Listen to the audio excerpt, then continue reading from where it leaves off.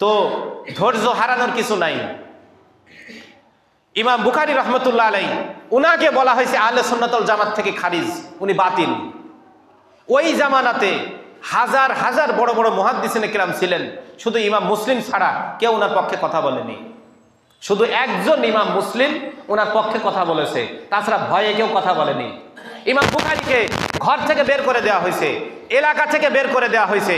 ইমাম বুখারী কোথাও জালসা করতে পারবেন না, ইমাম বুখারী কোথাও সমাবেশ করতে পারবেন না।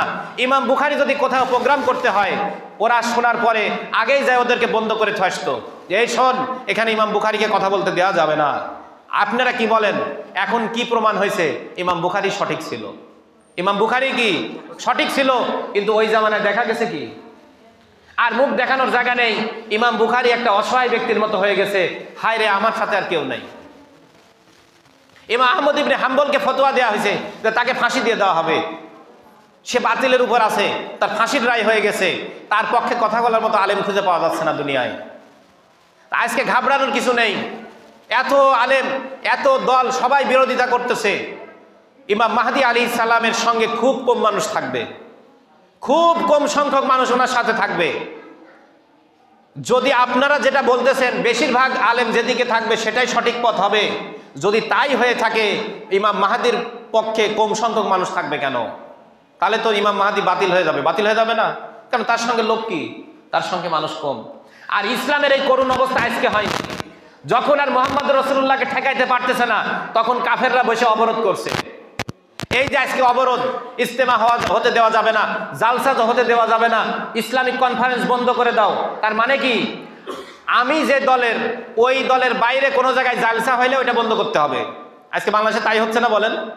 হ্যাঁ, জামায়াত ইসলাম যেখানে শক্তিশালী আছে সেখানে কওমিওয়ালাদের জালসা বন্ধ করে দিচ্ছে, কওমিওয়ালারা যেখানে শক্তিশালী সেখানে জামাত ইসলামের জালসা বন্ধ করে দিচ্ছে।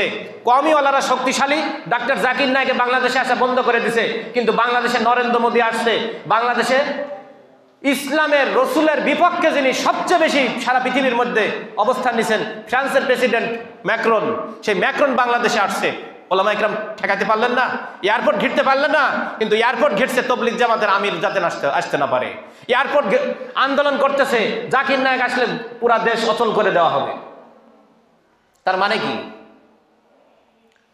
রসুলের সাথে যখন পারতেছে না তখন অবরোধ দিয়ে দেওয়া হয়েছে। কি?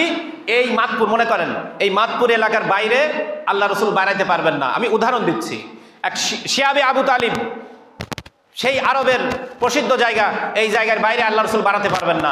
3 বছরের মধ্যে কেউ তাদের কাছে খানা বেচতে পারবে না, কেউ তাদেরকে কোনো কিছু দিতে পারবে না, তারাও কোথাও যাইতে পারবে না। চুক্তি করে তাদেরকে আটকায় দিছে। আম্মাজান খাদিজাতুল কুবরা রাদিয়াল্লাহু তাআলা আনহু লাস্টে ক্ষুধার কষ্ট পাতা খেয়েছে, পাতা, ঘাস।